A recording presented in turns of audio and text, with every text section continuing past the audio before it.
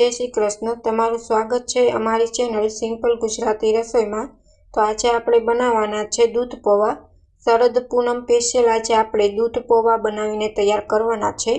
जो शरद पूनम पर तमे दूध पौवानुं तमे सेवन करो छो तो शरीर माटे खूब ज फायदादारक होय छे तेवुं पहेलेथी ज मान्यता चालती आवे छे।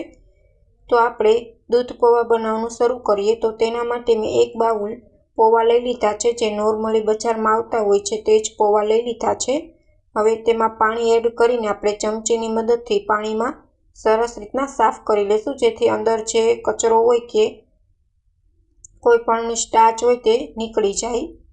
चमचीनी मददथी ज आपणे पौवाने साफ करवाना छे। हाथथी मददथी बिलकुल नथी करवाना, नकर तमारा पौवा छे ते रेबाई जशे। चमचीनी मददथी આવી રીતના હલાવીને પૌવાને 2 થી 3 વખત પાણી નાખીને સાફ કરી લેવાના છે। આવી રીતના ચમચીથી હલાવવાથી તમારા પૌવા છે તે આખા જ રહે છે। તો 2 થી 3 વાર આપણે પાણીમાં સાફ કરી લેશું પૌવાને।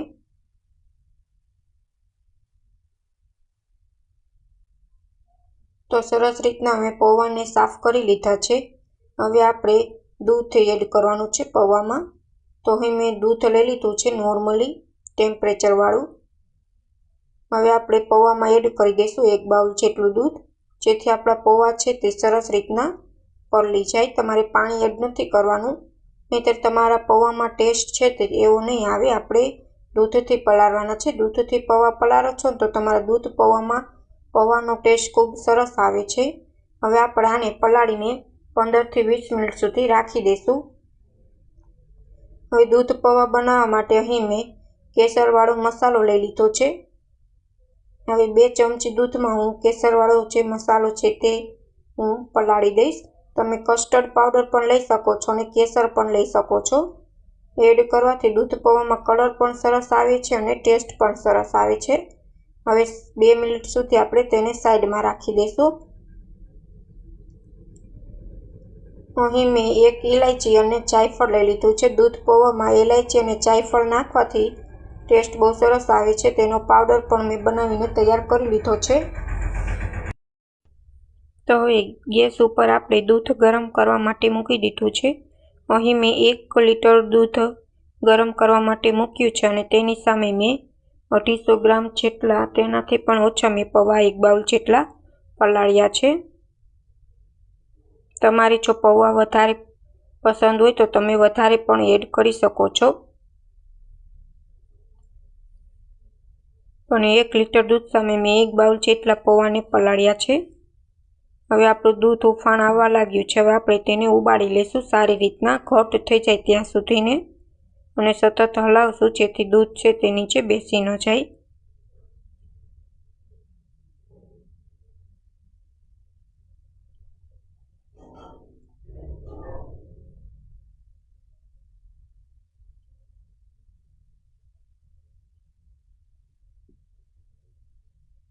હવે दूधमां 2 થી 3 ઉબાળ આવી ગયા છે। હવે આપણે અંદર ખાંડ એડ કરી દઈશું।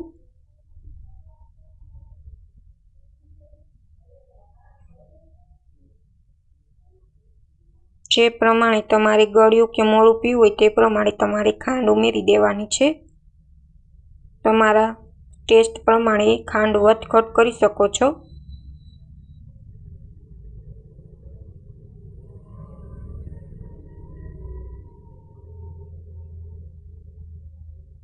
હવે આપણે જે કેસરવાળો પાવડર પલાળ્યો હતો તે એડ કરી દઈશું।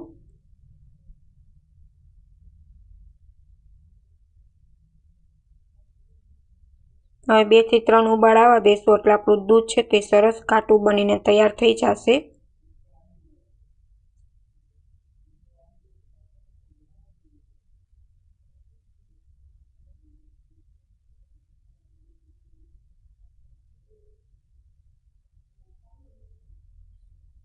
હવે આપણે અંદર इलायची પાવડર અને જાયફળનો પાવડર છે તે એડ કરી દઈશું અને 1 ઉબાળ આવી જાય ત્યાર પછી આપણે નીચે ઉતારી લેશું। આપણું दूध છે તે પણ સરસ ઘાટું બનીને તૈયાર થઈ ગયું છે।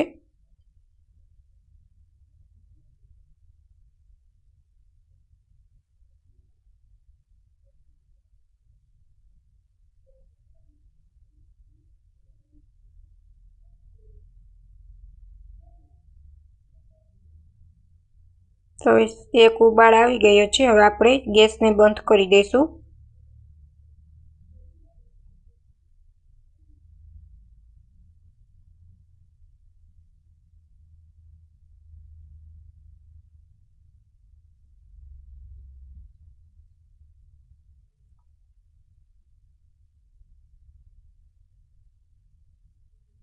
તો આપણું દૂધ છે તે સરસ ઘાટું બનીને તૈયાર થઈ ગયું છે।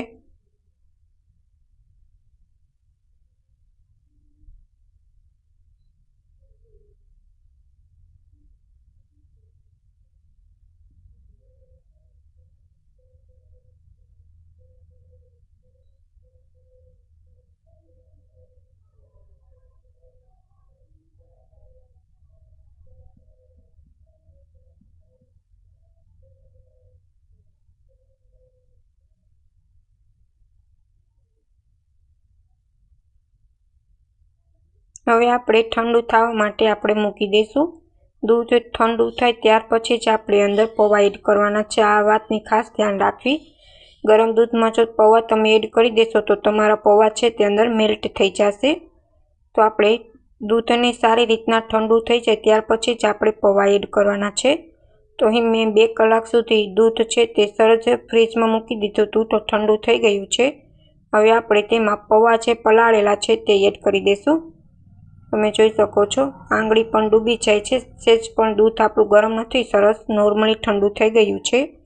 હવે આપણે દૂધમાં જે પૌવા પલાળી દીધા હતા તે એડ કરી દઈશું। તમે જોઈ શકો છો આપણા પૌવા છે તે પલળેલા છે, જે ફૂલાઈને તૈયાર થઈ ગયા છે। આપણે તે એડ કરી દઈશું। પૌવા દૂધમાં પલાળવાથી તમારા દૂધ પૌવામાં ટેસ્ટ બહુ સરસ આવે છે। હવે આપણે પૌવા બધા જ અંદર એડ કરીને સારી રીતના દૂધમાં મિક્સ કરી દઈશું। ત્યાર પછી આપણે 2 થી 3 કલાક સુધી ફ્રીજમાં આપણે ઠંડા થવા માટે મૂકી દઈશું। એકદમ સારી રીતના ઠંડા થઈ જાય ત્યાર પછી આપણે સર્વ કરી દઈશું। Thank you for my watching video.